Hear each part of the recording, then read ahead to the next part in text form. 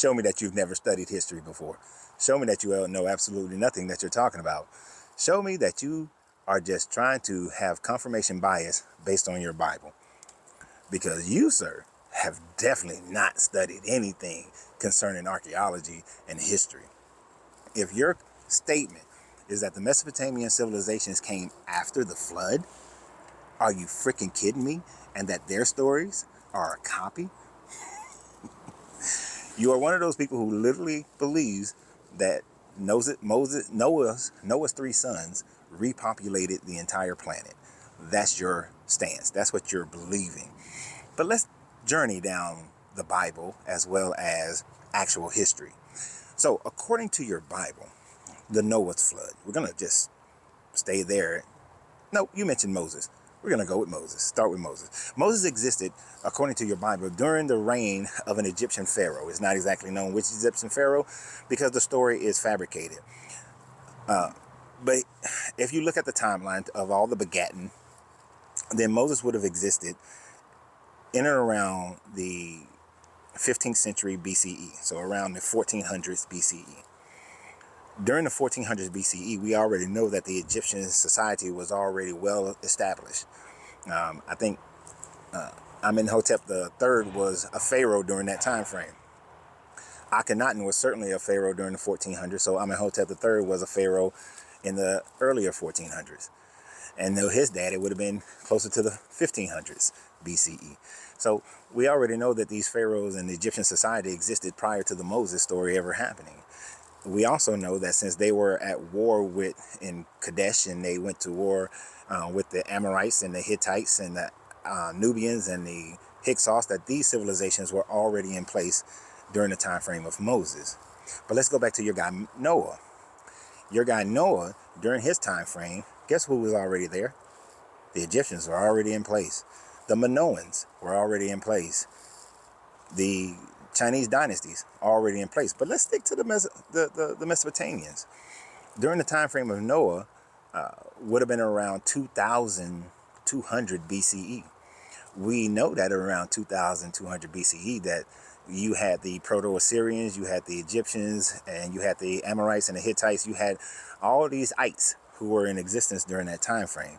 We also know that you had the Midianites were around as well during this time frame. And if we keep going back to get to, well, I skipped somebody. I skipped Abraham. We know that Abraham came from the city of Ur, which was a Sumerian city. And if Abraham came from a Sumerian city, then there were already Sumerians in that area. And actually, it would have been more Sumerian Akkadian at the time frame.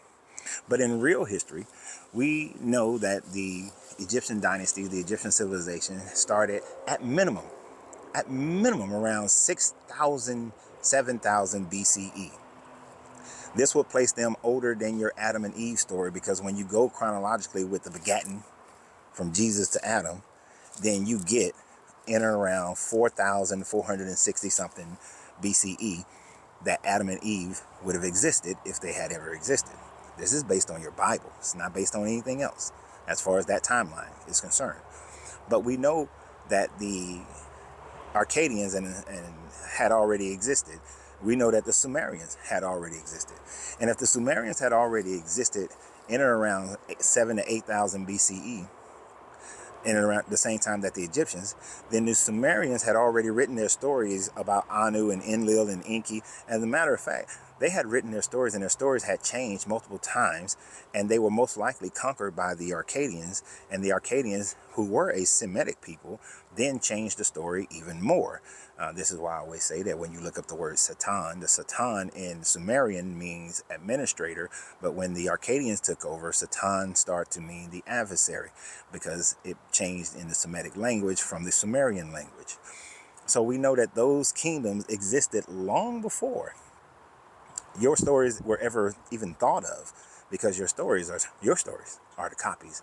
And now that we have excavated, or in the process of excavating, Taran Tepe and Göbekli Tepe, we know Göbekli Tepe goes back to somewhere around 9,000 to 10,000 BCE, and Taran Tepe goes back to about 12,000 to 15,000 BCE, which then puts those civilizations makes those civilizations older than your than your Hebrew story. And we don't know where the Sumerian story came from. We don't know if it came from Quran Tepe or Göbekli Tepe. Most likely it did not so far. But wherever their story came from, their story was passed along into the Akkadian story, and then from the Akkadian story went into the Assyrian story. And we have a lot of Proto-Assyrians and Akkadians. They go back and forth, and then that was passed all the way down till you get to the Babylonian story.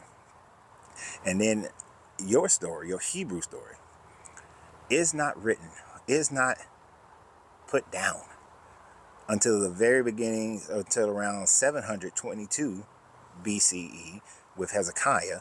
But then even his versions were henotheistic, and it wasn't until you get to Ezra after the Babylonian captivity 200 years later that you actually get your version of your Moses, Noah stories that were handed down to them from them being in Babylonian, Akkadian, Assyrian, Sumerian captivity. And yes, some of the stories come from the Egyptian because they were vassal states of the Egyptians on and off in the Levant during that time frame until after the Bronze Age collapse in around 900 BCE.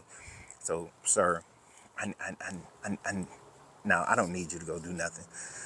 You might want to go research some history and take that cognitive dissonance blinders off and your confirmation bias off, because you have no idea what you're talking about. But you have a great day. And remember, you got to free yourself to be yourself, because your greatness is non-negotiable.